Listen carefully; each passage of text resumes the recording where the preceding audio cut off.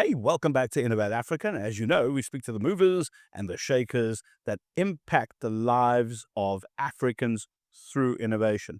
Dr. Adriana Marais is director for the Foundation for Space Development Africa. What do they do? Well, I'm not going to tell you that. That's why I'm interviewing her. So, Dr. Adriana Marais, thank you very much for your time. Welcome to Innovate Africa. Delighted to be chatting with you. Thank you. In essence, what do you do? So the foundation was founded by my dear friend and collaborator, Dr. Carla Sharp Mitchell, back in 2009, actually 1 year before the South African National Space Agency. And we have a bunch of crazy and galactic level projects. But the one we're working on mostly at the moment is Africa's first moon mission. Yeah. So in spite of a dozen space agencies having been founded around the continent, we're excited that the African Union has established the African Space Agency recently. In spite of these space agencies, our space exploration seems mostly either ground-based or Earth orbit-based. Wow. So in fact, while Africa has like almost 20% of the world's population, we only have around 0.5% of the satellites in orbit around our planet are African-owned. So even though our sites are kind of limited to Earth orbit in terms of space exploration, we're even sitting at a supremely subpar representation there. So the Foundation for Space Development Africa submitted a letter of intent and a full proposal for China's Chang'e 8 mission back in 2023. And we are over the moon to have been selected earlier this year as one of the payloads. So it's the first all-African space exploration program. The first time Africa's designed, all-African designed and built and tested and prototyped, then shipped to China, launched by China to the lunar South Pole in 2029. So we're working furiously towards that at the moment. That is exciting. I want to unpack what that actually entails. Talking about African-owned satellites, we do not count Elon Musk as being African. So we're going to discount those ones. We've got quite a few, so let's not confuse. that'll be a different time. It's a different topic as well.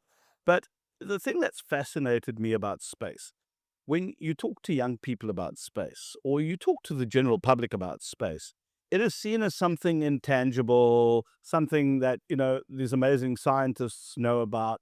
But I think the benefits of going to space, learning from space, doing experiments in space actually impacts us at a very real level. So accessibility to me is really interesting. We don't seem to be connecting with the public as effectively as we should be. Would you agree with that statement? That if you do, I'd love to know what your take is on how we make space more accessible to everyone.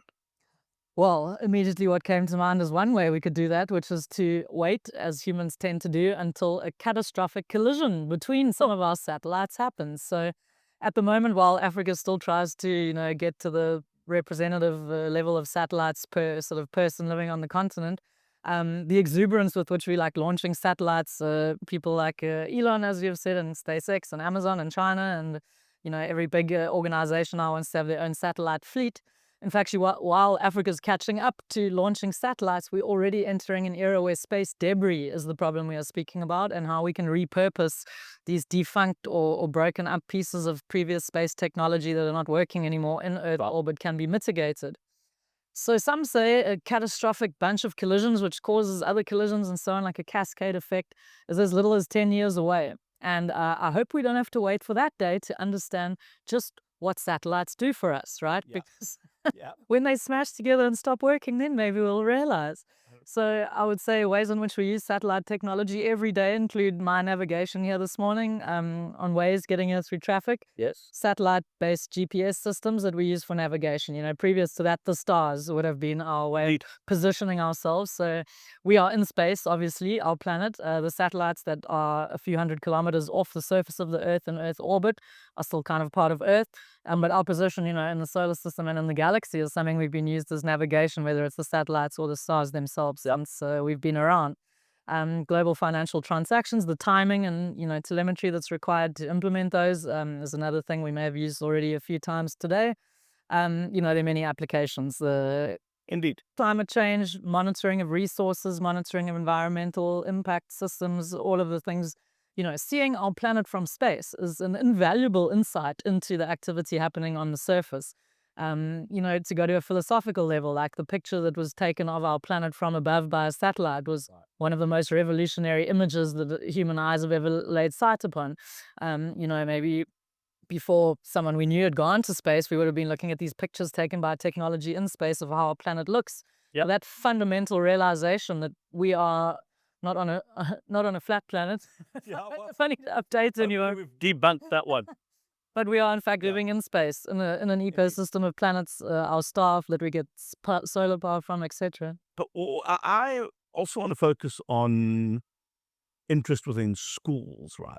Because talent flow is important. So if you're going to do all these wonderful explorations, at some stage you want to retire. I don't know when that's going to be. Let's say 100 years from now. Mars, You want to retire on Mars. At the end of the day, you want to be able to hand the baton over. You want younger people to show interest, to want to get involved in the exploration, the experimentation, the learning, the implementation, right? But are we doing enough in school to be able to light that fire under young people, especially when it comes to space? Great. I'm glad you used those words, light that fire, because one of the most powerful things that we have available to us through the Africa to Moon program we envisage is the power of inspiration. To show that we've managed to achieve our 1.4 billion rand budget when we drew it up. We drew it up in retrospect because every single line item to date we have sourced from a partner who has done either pro bono or in partner in kind trade exchanges with us. We have not spent a single cent on this project to date. And after the 1.4 billion rand budget, we're now down to around 10 million rand, which we are confident will either secure through partnerships or otherwise. So the power of inspiration there is really that you may not need billions of dollars to implement your project. What you do need is passion, creativity, and networks, people, that is.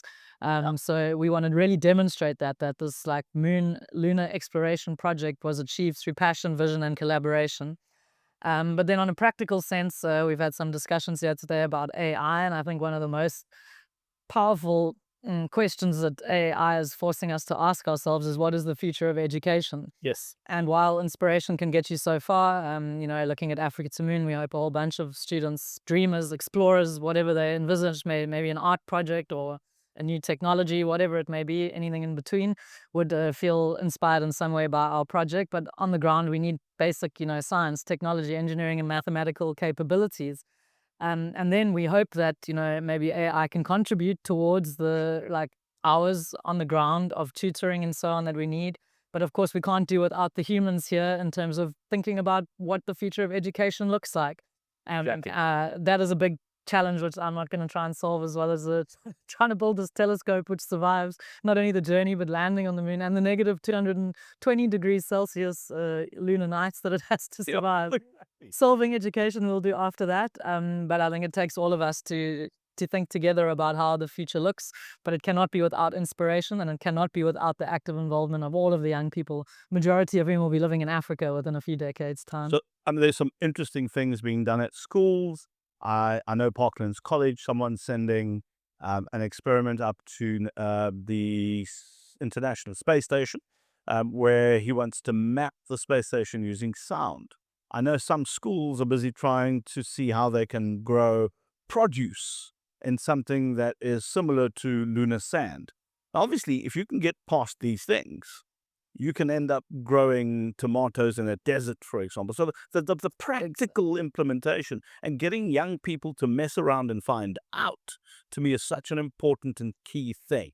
Exactly. I couldn't agree more. So let me say something like this.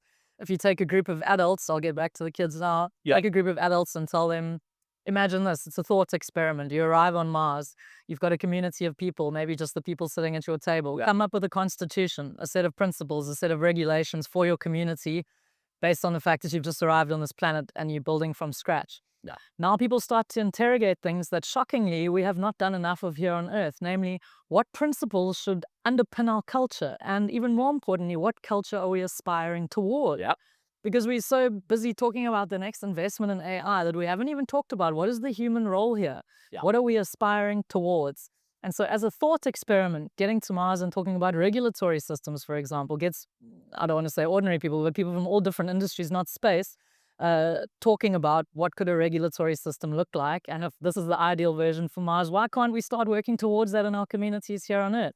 But then on a more practical level, as you've already mentioned, the growing of food and so on, I'd say that is a really powerful way in which space has impacted technology, communication systems, satellites, space-based Yep. technology, solar power. Like, we were burning fossil fuel happily for decades. The reason solar panel technology is developed to where it is today is space, because you can't burn fossil fuel in space. So the development and the sophistication of like photovoltaic panels, etc., comes from space. Water filtration systems developed for the space station because water is too heavy to launch new water every time. Right. Developed shockingly for the 6 individuals living in the International Space Station. Right. A lot of innovation happened in water filtration systems and so on, food growing. So whatever aspect of human communities that may be lacking in many of our communities around the surface of Earth, whatever's lacking, space has in some way started addressing it. And what a fun way to get kids to, when it comes to Africa, we're always talking about poverty and starvation and stuff. But imagine we are building for Mars, building for the moon, and then applying those same solutions back on Earth. I think that's a really exciting way to think about resourcing people better than we do today. Indeed. I'm very excited about the lunar mission, working with the Chinese. I mean, I've got a lot of respect, and we're not going to get involved in the politics or anything, but I've got a lot of respect for how the Chinese have, I mean, whether we're talking AI, whether we're talking 5G, whether we're talking space exploration, how they've actually lifted that economy of theirs. I mean, their initial factor of production was what? Labor. They utilized that, and people can argue they did it correctly, incorrectly. Ultimately, that brought them capital, which is another factor of production, and they've used that capital wisely into the new technologies that we speak of. And they're at the forefront of space exploration. Yeah. And the great thing, the one thing I love, we sit in South Africa. We've had NASA here flying over Cape Town with their Learjets and looking at the biodiversity, etc. But at the same time, we're working with the Chinese. At the same time, we're trying to get those telescopes up. So let's talk about this project in particular and what's the end goal before we even talk about the process. So if we look at the history of South Africa, we've got a fairly rich history in space. I'm not going to list everything, but during the Apollo era, for example, NASA came and built observatories in South Africa to facilitate the safety of the crews, etc., which is great. But are we going to play a facilitating role for other space exploration going forward? Sure. And what China has offered us here is an absolute game changer, which is on Chang'e 8 and previous Chang'e exploration missions. Chang'e is the Chinese goddess of the moon. So we're on Chang'e 7 being launched next year, and then ours in 2029 is Chang'e 8, along with the other international partner payloads. But what China has offered here is an opportunity for countries who may have highly developed engineering or science capabilities, but don't have the 1.3 billion rand to maybe launch their project to the moon. So by involving all the list of countries, you can look them up on the Chang'e 8, 2029, Chang'e 7, Chang'e 6, which was previous already done. Countries that wouldn't have been participating perhaps in lunar exploration are now developing the precision manufacturing, the engineering capability, the view on science for the next 10 years. And I think what China, people often ask, what's China getting out of it? But I think their transparency and their collaborative spirit is really just reflecting an understanding that we need to advance together. I think what's come out of the G20 summit, statements from many of the leaders who did attend here in South Africa recently, has been an overwhelming sense that we cannot advance further without bringing along everyone. Correct. 8 billion people living on this planet, nations with previously viewed conflicting, have to find points of collaboration. And the collaborative spirit with which we've observed closely China implementing in their lunar exploration program is exactly, I think, the kind of principles on which they are approaching the world. And this is maybe a different and maybe improved regime from the previous competitive, profit-driven, adding a bit of collaborative spirit. Certainly something that can take us far. And I see with the Chinese, and I say so, and people come down to me like a ton of bricks, is that democracy does not always work everywhere when it comes to needing to implement plans. Because every 5 years or thereabout, countries have elections. And you have one administration that works for 5 years, and they work with scientists, and they're going, this is the road, we're putting in resources. Then another party comes in, they go, actually, this is not that important. We want to focus on other things, and they sort of upended and things die, and then you've got to pick up and start from the beginning. Now, as I said, China has its challenges, but what I love about the Chinese is that they can tell you in 15 years, we're going to do this, because they can do it with And they certainty. do. Right. So let's talk more about this mission. You're not going up to space. No, There's a payload. So that's a future mission. we'll take you can take selfies before you go to Mars, but let's talk about the payload and what you're hoping to achieve with that payload once it reaches its destination. Yeah, so I actually lived in China for a year up until September. I just got back from Shenzhen now. And it's great to be in a democracy like the one in South Africa, where we have complete freedom to say whatever we want about the government. I must say that. Well, no, absolutely, That's one of the few benefits we may have here. absolutely. The power to innovate and really contribute to aspects of what's not happening on the ground level in our country that we can contribute to. So that's really energizing for me. But it was amazing to experience living in China and the vast development you can have with the kind of government system they have. So I think diversity of approaches to governance all the way. So the payload itself will be part of a larger program. So the foundation is a partner on the International Lunar Research Station, the Chinese International Lunar Research Station. Funnily enough, China and partners, including our foundation, and the US and partners, are all planning to build their bases at the lunar South Pole. Funnily enough, we've never been to the lunar South Pole. So the Indian Chandrayaan-3 got the closest we've ever been to the South Pole at around 70 degrees south a couple of years ago. So Chang'e 7, which will launch next year, will attempt to get to the South Pole. That'll be the first mission ever to the South Pole in proximity, and then Chang'e 8 next.